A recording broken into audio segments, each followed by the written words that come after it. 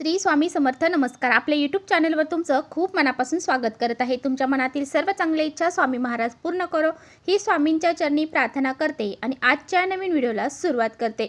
आज वार आहे बुधवार. आज आलेली आहे चंपाषष्ठी. तर पहा, मार्गशीर्ष महिन्याच्या पहिल्या दिवसापासून ते खंडोबा नवरात्र साजरी केली जाते आणि आज आहे षष्ठी, म्हणजेच आज आलेली आहे चंपाषष्ठी. तर ही चंपाषष्ठी साजरी केली जाते.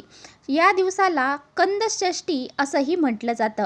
तर पहा, खंडोबा जे आहेत तर ते भगवान शिवशंकरांचे पुत्र कार्तिकेय यांचेच एक रूप मानले जाते. मार्गशीर्ष महिन्याच्या पहिल्या दिवसापासून जी खंडोबा नवरात्र चालू होते तर त्याची समाप्ती जी आहे तर या चंपाषष्ठीला म्हणजे या षष्ठीला होत असते. तर पहा, खंडोबा जे आहे तर ते दुसरे तिसरे कोणी नसून भगवान शिवशंकरांचाच एक अवतार मानला जातो. मल आणि मणी या दोन राक्षसांचा वध करण्यासाठी खंडोबाचा अवतार भगवान शिवशंकरांनी धारण केला होता आणि म्हणूनच हा दिवस वाईटावर चांगल्याची मात म्हणून साजरा केला जातो.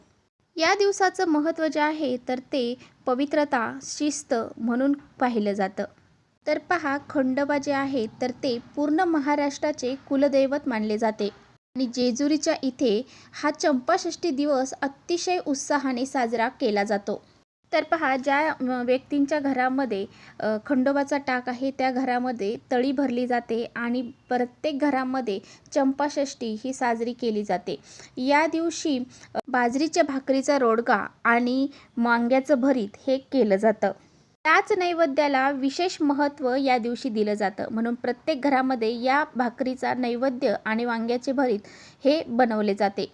चंपाषष्ठी हा दिवस घरातील नकारात्मकता, कटकटी, वाईट शक्ती यासारख्या गोष्टींचा नाश करण्यासाठी खूप महत्त्वाचा मानला जातो आणि म्हणूनच या दिवशी काही प्रभावी उपाय केले जातात आणि प्रभावी सेवा देखील केल्या जातात. आजच्या व्हिडिओमध्ये मी तुम्हाला अतिशय प्रभावशाली उपाय सांगणार आहे. तुम्ही या दिवशी काही नाही केलं तरीसुद्धा चालेल, परंतु रात्री उंबरठ्यावरती या 3 वस्तू नक्की जाळा. या 3 वस्तू जर रात्री तुम्ही उंबरठ्यावरती जाळल्या तर तुमच्या घरातील इडापिडा, कटकटी, नजरबाधा, पितृदोष, जो काही घराला दोष लागलेला आहे किंवा काही संकट अडचणी असतील तर त्या संपूर्णपणे नष्ट होतील आणि घराची, मुलांची, पतीची प्रगती होईल. घरामध्ये अखंड लक्ष्मीची कृपा राहील. इतका हा प्रभावशाली दिवस आहे आणि हा दिवस इतका प्रभावशाली आहे त्यामुळे या दिवशी हा उपाय करण्याला सुद्धा विशेष महत्त्व दिलं जातं. हा उपाय जर तुम्ही तुमच्या घरामध्ये केला तर तुमच्या घरातील जे काही दारिद्र्य आहे, गरिबी आहे ती सुद्धा दूर होईल. तर हा उपाय कसा करायचा आहे, कोणत्या वस्तू उंबरठ्यावरती आपल्याला जाळायच्या आहेत याबद्दलची संपूर्ण माहिती आजच्या व्हिडिओमध्ये आपण बघणार आहोत. त्यामुळे तुम्ही कुठे व्हिडिओ स्किप न करता शेवटपर्यंत नक्की बघा, जेणेकरून तुमच्यापर्यंत योग्य ती माहिती पोहोचेल. आपल्या चॅनलवर नवीन असाल तर चॅनलला सबस्क्राईब करा आणि असेच नवनवीन माहितीपूर्ण व्हिडिओ पाहण्यासाठी बेल आयकॉनला प्रेस करा, म्हणजे मी जेव्हा कधी नवीन व्हिडिओ अपलोड करेन त्याचं नोटिफिकेशन सर्वात अगोदर तुम्हाला भेटेल आणि तुम्ही एकही व्हिडिओ मिस करणार नाही. त्याचबरोबर खाली कमेंट्समध्ये जय मल्हार लिहायला अजिबात विसरू नका. हा जो उपाय आहे ना तर हा उपाय आज संध्याकाळी करायचा आहे. आज चंपाषष्ठी आहे, बुधवार 26 नोव्हेंबर आज आहे आणि आज आपल्याला हा उपाय संध्याकाळी 6 वाजल्यापासून ते रात्री 10 वाजेपर्यंत तुम्हाला हा उपाय करता येणार आहे. या वेळेमध्ये तुम्हाला जेव्हा बी वेळ भेटेल तेव्हा तुम्ही हा उपाय आवर्जून करायचा आहे. आपल्या घराचा उंबरठा हा आपलं सर्वस्व असतं.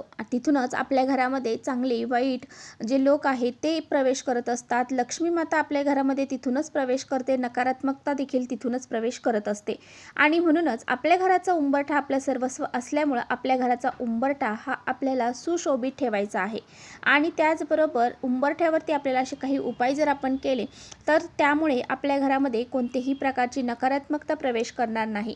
त्याचबरोबर आपल्या घरामध्ये जी काही वाईट शक्ती असेल, नकारात्मकता असेल, काही दोष अडचणी असतील ज्यामुळे आपल्या घरामध्ये पैसा येत नसेल, पैसा आला की कोणत्या ना कोणत्या मार्गाने घरातून बाहेर निघून जात असेल, त्याचबरोबर आपल्या मुलांची प्रगती कुठेतरी थांबली गेलेली आहे, पतीची प्रगती कुठेतरी होत नाही आहे, तर यासारख्या समस्या जर तुम्हाला जाणवत असतील तर तुम्हाला हा उपाय आवर्जून संध्याकाळी करायचा आहे. त्याचबरोबर तुमच्या घरामध्ये सतत वादविवाद, क्लेश, कलह, भांडणं यासारख्या गोष्टी घडत असतील, सतत नवरा बायकोची भांडणं होत असतील, सतत नवरा बायकोचं एकमेकांशी पटत नसेल, हमेशा मतभेद होत असतील, तर हा उपाय अत्यंत प्रभावशाली आहे. त्याचबरोबर तुम्ही कोणतंही महत्त्वाचं काम पूर्ण करायला गेला की त्यामध्ये तुम्हाला जर अपयश येत असेल, त्याचबरोबर तुमची एखादी इच्छा आहे आणि ती इच्छा पूर्ण करण्यासाठी तुम्ही खूप कष्ट मेहनत करत आहात, परंतु कष्ट मेहनत करूनसुद्धा तुमची ती इच्छा पूर्ण होत नसेल, तर पहा हा जो उपाय आहे तो आपल्याला कसा करायचा आहे. तर हा उपाय करण्यासाठी तुम्ही ज्यावेळेस संध्याकाळी दिवाबत्ती करता त्यावेळेस तुम्हाला सर्व दिवे वगैरे लावून घ्यायचे आहेत. म्हणजेच तुमच्या देवघरामध्ये दिवा लावून घ्यायचा आहे, धूप अगरबत्ती लावून घ्यायची आहे, तुळशीपाशी दिवा लावायचा आहे, मुख्य प्रवेशद्वारावर देखील तुम्हाला दिवा हा लावायचा आहे आणि त्यानंतर तुम्ही हा उपाय करायचा आहे. आता तुम्हाला हा उपाय करण्यासाठी आपल्या घराची जी दारं आहेत तर ती उघडे ठेवायची आहेत, खिडक्या उघड्या ठेवायच्या आहेत. तुम्ही जर खंडोबाची तळी भरून घेत असाल तर तुम्हाला ती तळीसुद्धा भरून घ्यायची आहे आणि जर नसेल भरत तुम्ही तर तुम्ही हा उपाय लगेच करू शकता. परंतु जर तुम्ही तळी भरणार असाल तर तळी तुम्हाला अगोदर भरून घ्यायची आहे आणि नंतरच हा उपाय करायला सुरुवात करायची आहे. तर पहा हा उपाय करण्यासाठी तुम्हाला एक मातीची पंती घ्यायची आहे किंवा मग कापूर जाळायचं भांडं असेल किंवा प्लेट असेल ती घ्यायची आहे. त्यामध्ये तुम्हाला मुठभर तांदूळ घ्यायचे आहेत. आता तांदूळ घेतल्यानंतर तुम्हाला ते अखंड घ्यायचे आहेत, कुठे तुटले फुटलेले घ्यायचे नाही. त्यावरती तुम्हाला 3 भीमसेनी कापराच्या वड्या ठेवायच्या आहेत. आता बरेच जण म्हणतील की भीमसेनी कापूर नाही तर मग काय करायचं, मग जो साधा कापूर असेल तो घेतला तरी चालेल. परंतु तुम्ही जर घरामध्ये भीमसेनी कापूर आणून ठेवला तर त्याचे खूप फायदे असतात. तर ते भीमसेनी कापूर नसेल तर तुम्ही साधा घ्या. यानंतर तुम्हाला 2 अखंड लवंगा त्या कापरावरती ठेवायच्या आहेत आणि हातामध्ये तुम्हाला पिवळी मोहरी घ्यायची आहे. पिवळी मोहरी ही तांत्रिक क्रियामध्ये वापरली जाते. त्यामुळे तुम्ही जरी किराणा दुकानात गेला त्यांना पिवळी मोहरी मागितली तरी ते 10 रुपयाची खूप जास्त अशी पिवळी मोहरी तुम्हाला देतील. आता पिवळी मोहरी नसेल तर मग काय करायचं, काळी मोहरी तुम्ही घ्यायची आहे. जर तुमच्याकडे पिवळी मोहरी नसेल तर, कारण जी पिवळी मोहरी असते त्यामध्ये नकारात्मकता शोषून घेण्याची खूप अधिक शक्ती असते. त्यामुळे जर तुमच्याकडे पिवळी मोहरी असेल तर ती घ्या. यानंतर तुम्हाला ही मोहरी जी आहे हातात घेतलेली ती तुम्हाला घरातील प्रत्येक व्यक्तीवरून 7 वेळा उतरवून घ्यायची आहे. डोक्यापासून तर खाली पायापर्यंत 7 वेळा उतरवून घ्यायची आहे.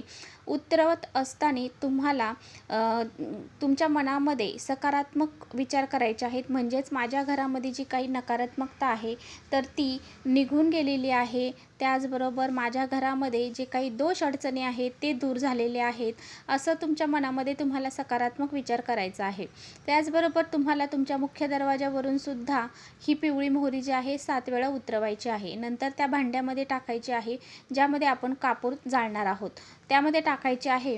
आता तुम्हाला काय करायचं आहे की तुमच्या घराचा जो शेवटचा कोपरा असेल त्या ठिकाणी हे भांडं घेऊन जायचं आहे.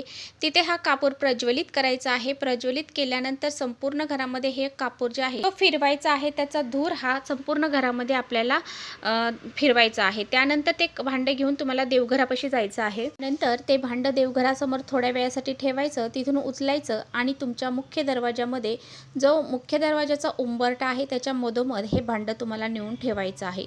जोपर्यंत तो कापूर जळत आहे तोपर्यंत जळू द्यायचा आहे. त्यानंतर तुम्हाला एक मंत्र म्हणायचा आहे, ओम मार्तंड भैरवाय नमः, ओम मार्तंड भैरवाय नमः. हा कापूर तुम्ही अशा पद्धतीने प्रज्वलित केल्यानंतर तुमच्या घरामध्ये जेवढी बी नकारात्मकता आहे, वास्तुदोष असतील, पितृदोष असतील, ग्रहदोष असतील, ते सर्व संपूर्णपणे नष्ट होऊन जातील. घरातील नकारात्मकता, वाईट शक्ती ह्या घराच्या बाहेर निघून जातील आणि बाहेरची जी काही नकारात्मकता असेल ती घरामध्ये प्रवेश करणार नाही. घरामध्ये माता लक्ष्मी प्रवेश करेल. घरातली जी काही दारिद्र्य आहे ते जर घराच्या बाहेर गेलं तर माता लक्ष्मी ही घरामध्ये प्रवेश करत असते. तर पहा ते भांडं जे आहे काही वेळाने शांत झाल्यानंतर तुम्हाला त्यातलं जे काही साहित्य आहे तर ते तुम्हाला निर्माल्यामध्ये टाकून द्यायचं आहे किंवा एखाद्या मोठ्या झाडाखाली नेऊन टाकून दिलं तरीसुद्धा चालेल. अशा पद्धतीने हा जो उपाय आहे तर हा अतिशय प्रभावशाली आहे. तुम्ही काही जरी नाही केलं तरी चालेल, परंतु हा उपाय आज संध्याकाळी करायला विसरू नका. त्याचबरोबर तुम्हाला काय करायचं आहे, तुमच्या देवघरापाशी एका वाटीमध्ये जी हळद आहे तर भंडारा जो आहे तर तो घेऊन बसायचा आहे. तुमच्या उजव्या हातात धरायचा आहे आणि 3 वेळा कालभैरव अष्टकमचं तुम्हाला पठण करायचं आहे. आणि कालभैरव अष्टकमचं पठण केल्यानंतर तुम्हाला हा जो भंडारा आहे तर तो तुमच्या घरातील प्रत्येक व्यक्तीच्या डोक्याला लावायचा आहे आणि घराच्या प्रत्येक कोपऱ्यामध्ये तुम्हाला हा भंडारा उधळायचा आहे. आणि अशा पद्धतीने हा जो उपाय आहे तर हा उपाय आपल्याला संध्याकाळी करायचा आहे. तर चला इथेच थांबवते माझा व्हिडिओ थोडा जरी आवडला असेल तर नक्की लाईक करा. चॅनलवर नवीन असाल तर चॅनलला सबस्क्राईब करा. परत अशाच छानशा व्हिडिओसोबत. तोपर्यंत श्री स्वामी समर्थ.